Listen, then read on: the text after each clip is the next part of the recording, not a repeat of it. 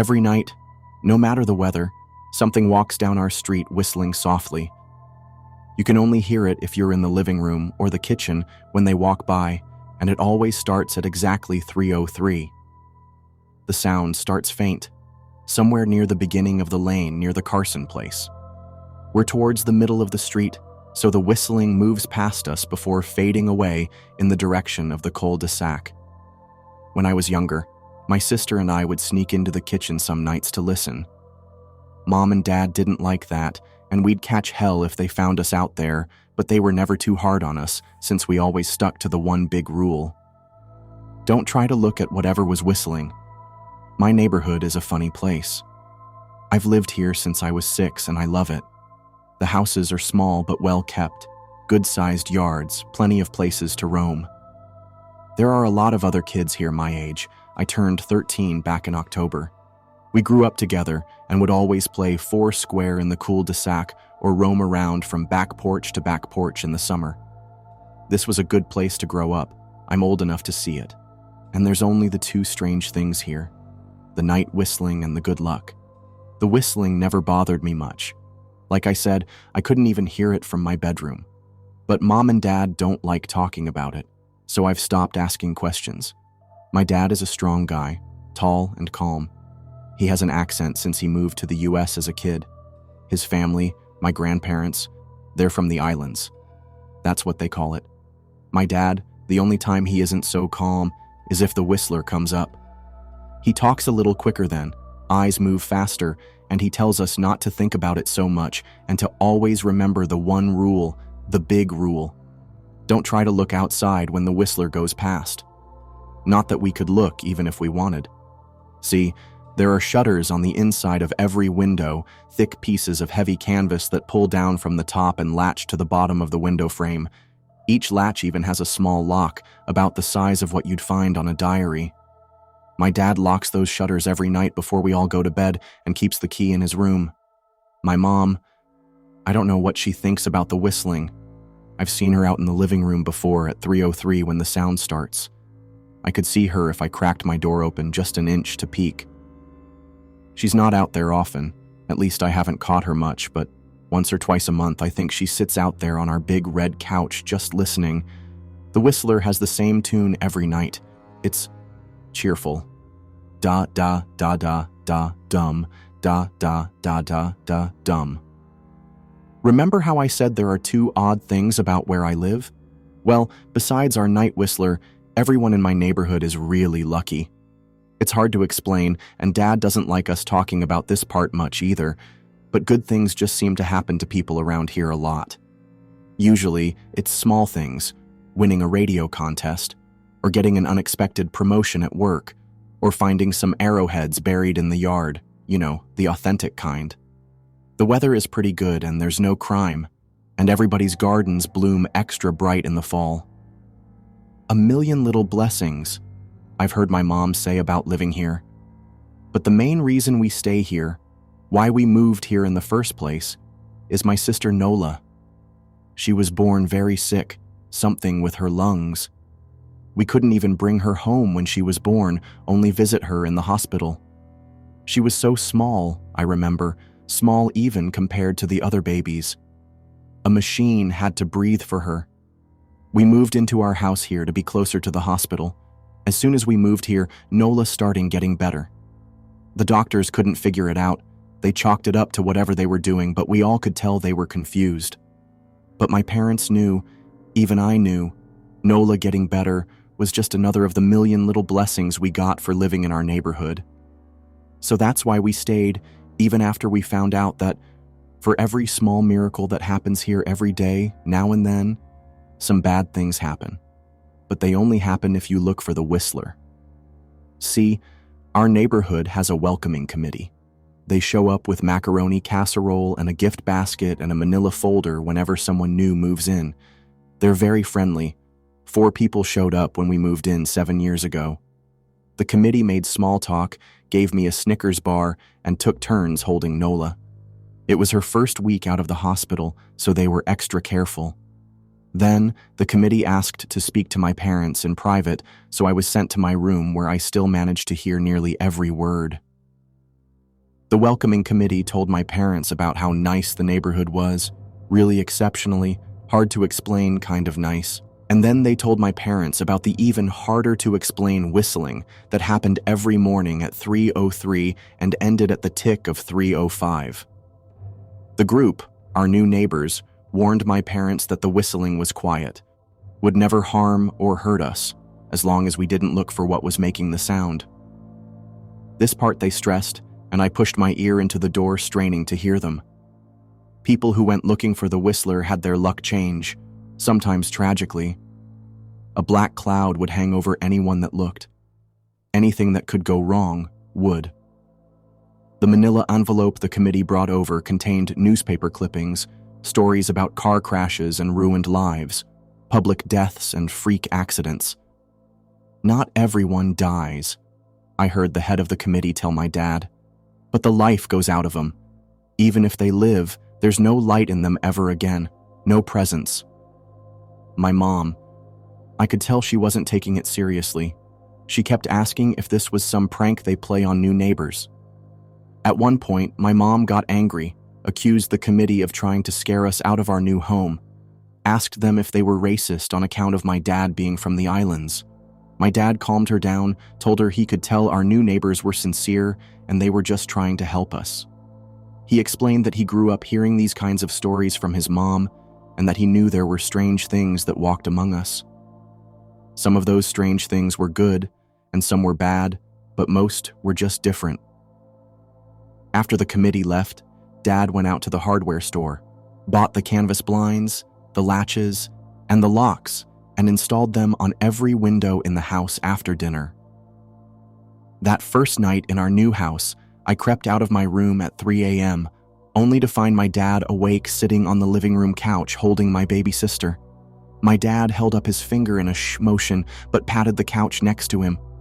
I sat and we waited. At exactly 3:03, we heard the whistling. Da da da da da dum. Da da da da da dum. It came and it went, just like our neighbors said. The whistling returns each night, and we never look and we enjoy our million little blessings every day. Nola breathes on her own, and she's grown into a strong, clever girl. My dad even joined the welcoming committee. We don't get new neighbors often. Why would anyone want to leave? But when a new family moves in, my dad and the committee bring them macaroni casserole, a gift basket, and the manila folder. I can always tell by the look on my dad's face when he comes back if the family took the committee seriously or if we'd be getting new neighbors again very soon. Not long ago, a family moved in directly next to us. The previous owner, Ms. Maddie, passed away at age 105. She'd lived a good, long life. Our new neighbors seemed like they'd fit in just fine. They believed the welcoming committee, took my dad's advice about the locking shutters since they had a young child of their own. Whatever newspaper clippings were in that manila envelope, whatever evidence, my dad never let us see. But I imagine it must have been awfully convincing since our neighbors got along with no issues for the first month. One night, when our new neighbors had to leave town, they sent their son, Holden, to stay with us. He was 12, a year under me in school. I didn't know him well before that night, but as soon as his parents dropped him off after dinner, I could tell it was going to be a bad time. "Do you know who is always out there whistling every night?" Holden asked the moment the adults left the room. The three of us were sitting in the den, some Disney movie playing idly on the television. My sister and I exchanged a glance. "We don't talk about that," I said. "I think it's that weirdo that lives in the big yellow house on the corner," Holden said. "Mr. Tolles?" my sister asked. "No way, he's really nice." Holden shrugged. "Must be a psycho killer then." Nola tensed. "We don't talk about it," I repeated. "Let's go in my room and play Nintendo." We spent the next few hours playing games, eating popcorn, and then watching movies. A typical sleepover, but I could see Holden was getting antsy. After my parents had wished us a good night, locked the blinds, and gone to bed, Holden stood up from his beanbag and walked over to where Nola and I were sitting on my bed. "Have you ever even tried looking?" he asked. "It's nearly time." Like most sleepovers, we'd conveniently ignored any suggestion of a bedtime. I was shocked to see he was right. It was almost 3 a.m. I sighed. We don't... See, I can't even try to look, because my dad locks the blinds every night and hides the key, he continued, ignoring me. So does our dad, said Nola. No, replied Holden. No, he doesn't. You saw him do it, I said, a little sharper than I meant to sound. Holden grinned. Your dad locks the blinds, yeah, but he doesn't hide the key. He keeps it right on his normal keychain. So? I asked, worried I already knew what he would say next. Because I had noticed that my dad didn't bother hiding the key anymore after all of these years. Because he knew we took it seriously. So, after your dad locked up but before your parents went to bed, I went to the bathroom. And on my way, I may have peeked into their room, and I may have seen your dad's keychain on his nightstand, and I maybe went and borrowed the key to blinds. Nola and I stared, and his grin only grew wider. You're lying, I said. Holden shrugged. You can check if you want. Just open your parents' door and look. You'll see his keychain right there on the nightstand. Stay here, I told both of them. Don't move a muscle. I hurried over to my parents' room, but hesitated at the door. If Holden wasn't lying, my dad would be angry. Beyond angry. I was scared thinking about it, but more scared of an open window with the whistler right outside. I opened the door, barely an inch, and looked in, but it was too dark to see. Taking a deep breath, I walked into the room. 2 steps into the dark, I froze. The whistling started, and I could hear it clearly, from my parents' room. I never realized, but they must have heard the sound every night since we moved into the house. They never told us. I don't think I could have slept through it. I stood there, listening to the whistling come closer, unsure whether I should turn on a light or call out for my dad. Soft sounds from the living room brought me back to reality. Nola! I yelled, running out of my parents' room. Holden and Nola were standing near the front door next to a window. Holden wasn't lying. I could see him fumbling with the lock on one of the blinds. I heard a click. He did have the key. Holden let out a quick laugh. Nola stood next to him, hunched up, afraid but maybe curious. The whistling was right outside our house now. I think I made a sound, called out. I can't remember.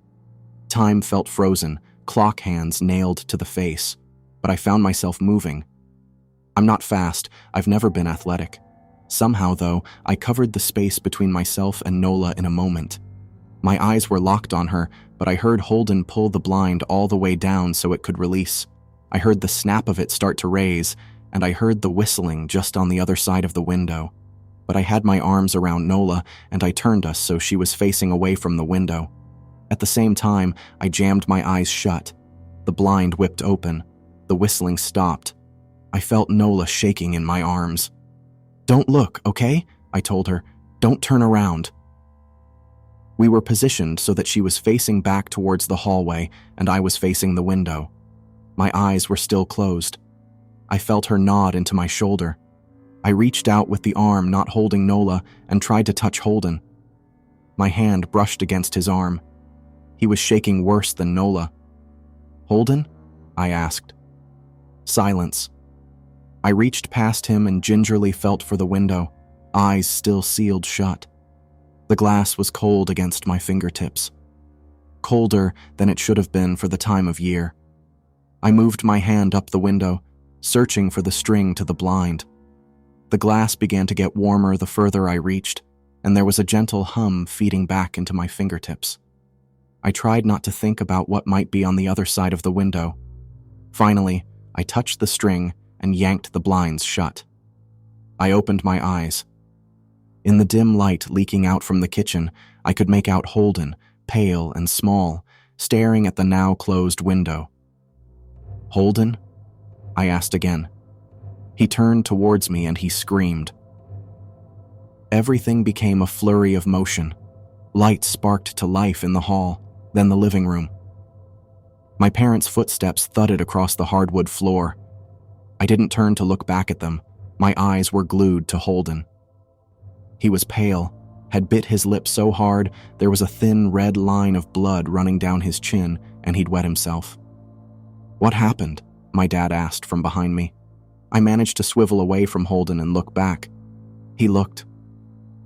I'd never seen my dad scared before, but I saw it that night, in that moment, an old, ugly terror stitched on his face, a parent's fear. "Just Holden?" he mouthed to me. I nodded yes. My dad let out a breath. He looked so relieved I nearly expected him to cheer. But then he turned to Holden, and my dad's face changed. I wondered if he felt bad for feeling good that Holden was the only one that looked. There was a knock at the door. We all froze. Holden whimpered. "Don't answer it," my mom said. She stood at the threshold of the hall. I'd always thought she was a skeptic and just humored my dad about the windows and the whistler, but that night, we were all believers. I noticed that both of my parents held baseball bats they must have taken from their bedroom. The knock came again, a little louder this time. "Please don't open the door," Holden whispered. My dad walked over to him, hugged him close. Thud, thud, thud. "Call the police," my mom whispered to my dad. The knocking instantly stopped. My dad looked over his shoulder at us. "Do you think—" He was cut off by frantic knocking that trailed off to a polite tap, tap, tap. "Police," something said from the other side of the door. The voice from outside sounded exactly like my mom, like a parrot repeating the words back to her. "Police. Call. The police." Tap, tap, tap. "Police." My mom pulled us closer. "Police. Police. Police. Police." "Please stop," I heard her whisper. "I don't think calling them will help," my dad said. "How will we know when they're the ones at the door?" The knocking came back harder than before. The door shook. Then it stopped. After a long moment, I heard the knocking again, but it was coming from our back door. We all turned together towards the back door, but the knocking immediately returned to the front door. Front to back to front, loud, then quiet, then loud again.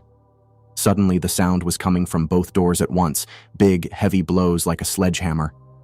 Then something started rapping against all of the windows in the house, then the walls. It was like we were living inside a drum with a dozen people trying to play at once. Or we were a turtle, and something was attempting to claw us out of our shell. "Stop!" Holden yelled. The knocking died. "I won't tell," Holden said, staring at the door. "I promise I won't tell anyone what I saw. Just please go away." We waited for nearly a minute. Then we heard it, a soft tap, tap, tap coming from the window Holden had looked through earlier. Holden started to cry, sobbing like a prisoner watching gallows being built outside their cell. My dad held him, brushed his hair, but never lied to him, never told him things would be okay. The tapping at the window went on for the rest of the night. We huddled together in the living room for I don't know how long. Eventually, my mom tried to take us kids into my room while my dad stayed to watch the door. But the second we moved into my bedroom, the knocking came back, so loud it was possible to ignore. I was afraid the door couldn't take it. We went back to the living room, and the knocking stopped. Only the tap, tap, tap on the window remained. None of us slept that night. The tapping stopped around 7 a.m. That's about the time the sun comes up here. We waited another 2 hours before my dad opened the blinds from one window. He made us all go back to my parents' bedroom first. I heard him open the door, then come back in. "Okay," he told us. "It's done." Holden's parents came back around lunchtime. My mom and dad walked Holden over to his house, and they all went inside for quite a while. Nola and I watched from the window. She stuck to me the whole day, right at my side, sometimes holding my hand. When my parents came back, they looked grim, but wouldn't tell us what they said to Holden's family. It was a Sunday, so we all spent the day together, ordered pizza, and watched movies. That night, everyone slept in my room, Nola and my mom in the bed with me, my dad in a chair he'd pulled over. There was no knocking that night or any night since. We didn't see much of Holden or his parents for the rest of that week, but by Thursday, there was a moving truck in their driveway. Nola and I watched them packing up the whole afternoon after school. What sticks with me most is how tired Holden and his parents looked. All three had the same pallor, grim mouths, and lightless eyes. Even from across the street, I could tell something was very wrong. Holden and his family were gone before sunset.